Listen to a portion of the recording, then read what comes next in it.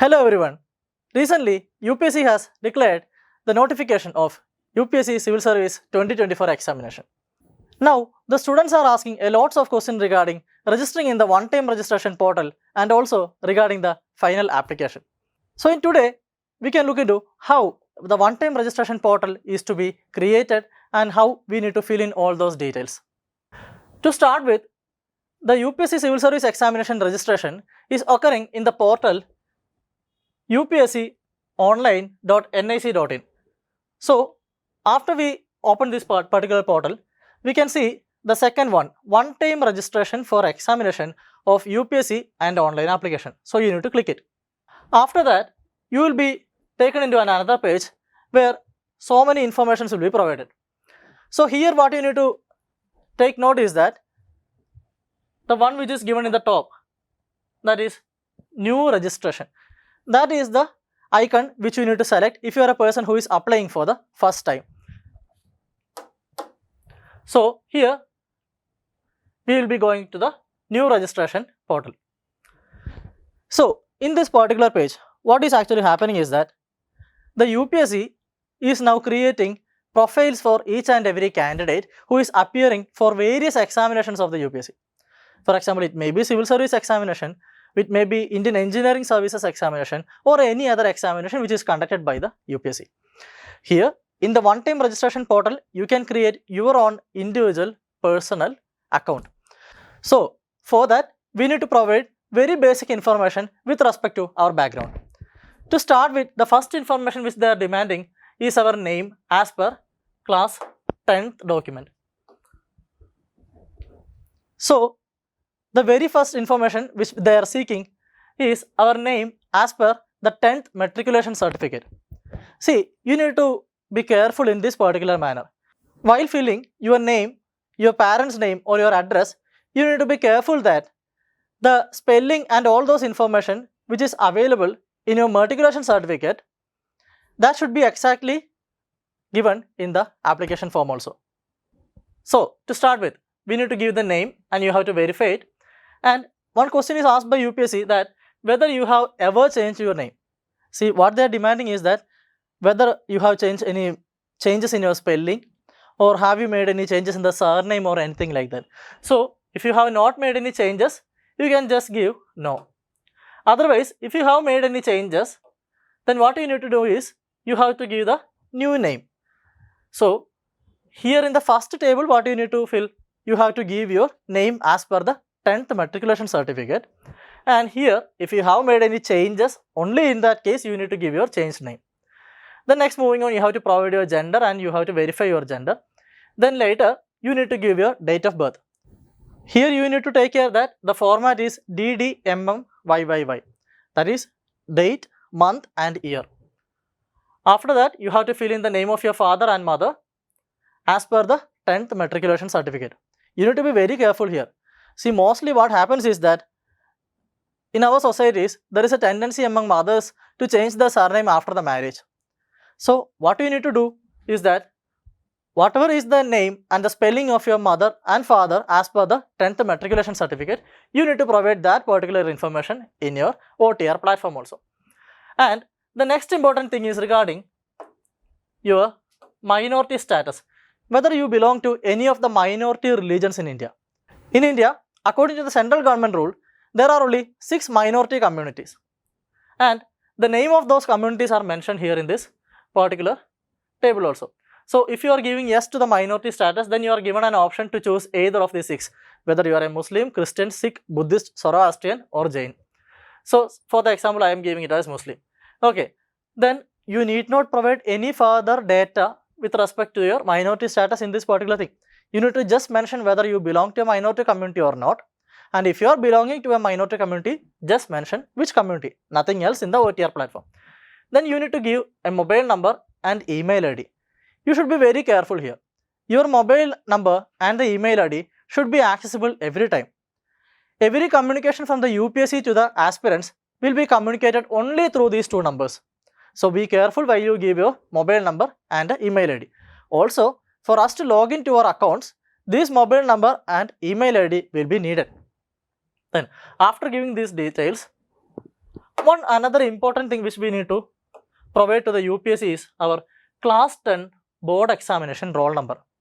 Whether you have studied CBSE or any of the state boards, that doesn't matter. The roll number which is available in our matriculation certificate should be provided here. Why are they demanding it? So that they can cross-verify it. You have already given your name and the name of your parents with respect to your matriculation certificate.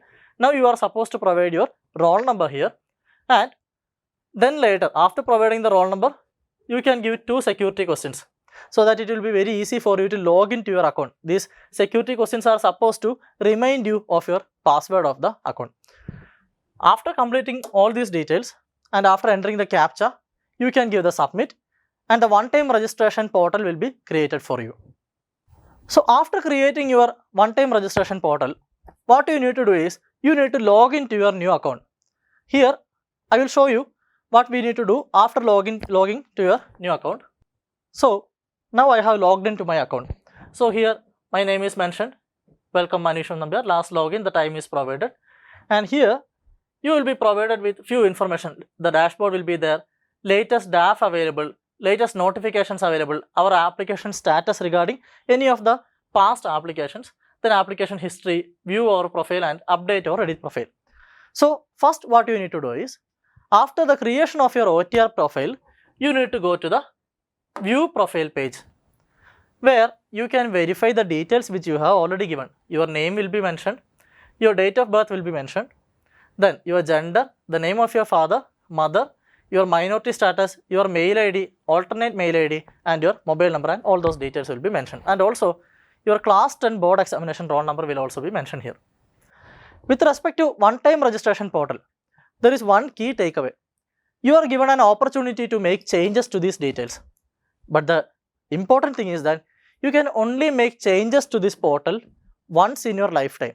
So if you need to update any of these contents, you can only do that once in your lifetime. So you need to be careful while entering the details of one-time registration portal. So once when you complete this particular OTR profile, next you can go to the latest notification page, where you will be provided with the information of the latest notification, and that is Civil Services Preliminary Examination 2024. And that's it regarding how you need to create an OTR profile and how you need to verify the details of your account. Now let us look into the recent notification by UPSC Civil Service Examination and what all things you need to be careful before giving the final application. Considering this year's Civil Service Examination, there is a total of around 1050 vacancies and 21 services are available through these vacancies. So it is a big deal. So before giving the application, you need to be ready with few of the things. And the main thing which you need to be careful is that if you have any of the reservation statuses, be it a physical disability or be it any community reservation, before giving the application, you should be ready with your reservation or community certificate. The thing is that while we are applying for the preliminary examination, you need to provide the certificate number in the application and not the application itself, only the certificate number is necessary. The specialty of the certificate is that this should have been issued after 2023 April 1st and before 5th March of 2024. And you should be careful regarding the date of your certificate. One another thing which you need to be careful while applying for the preliminary examination this year is that while you are uploading your photograph, while you are uploading your passport size photograph, you need to be careful of few things.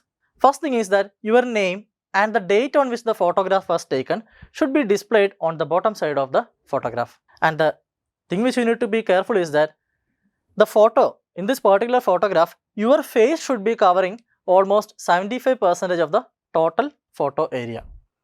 That is, your name and date shall not occupy more than 25% of the space. That is one thing you need to be careful of. One another thing which the UPSC is specifying is that your appearance, your facial appearance which is there in the photograph should be maintained throughout the prelims, mains and interview stages. Which means if you are having a beard while applying for the exam and in that particular photo if you are having a beard, you need to keep the beard while appearing for preliminary examination, mains and also for the interview stage, so that it will be easy for the invigilators to identify you with the examination hall ticket. And also, this photo should not be older than more than 10 days from the date on which the notification was published. So, you need to be careful about only these few things while applying for the examination. And if you have any further doubts while doing the application process, you can contact the Academy for any further assistance. Thank you. Amrita IAS Academy.